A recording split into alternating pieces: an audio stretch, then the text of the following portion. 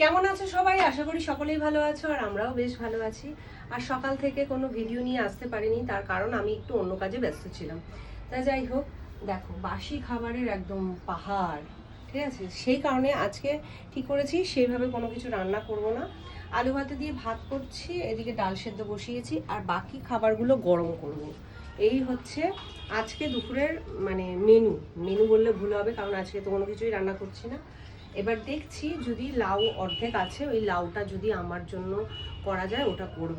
আর কিছু মেশিনে দিয়েছি, মেশিন বন্ধ হয়ে রয়েছে, এবার আমি মেলতে যাব। কিন্তু আমি যেদিন কাচাকুচি করি সেদিনই আকাশের এইরকম পরিস্থিতি হয়ে থাকে।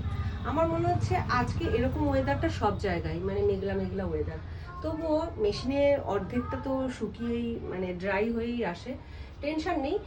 বাইরে মেলে দেবো, হাওয়া বাতাসে যতটা শুকোবে শুকোবে, বাদ বাকি ঘরে মেলে দেবো, শুকিয়ে যাবে। তা চলো বাইরে যাওয়া যাক।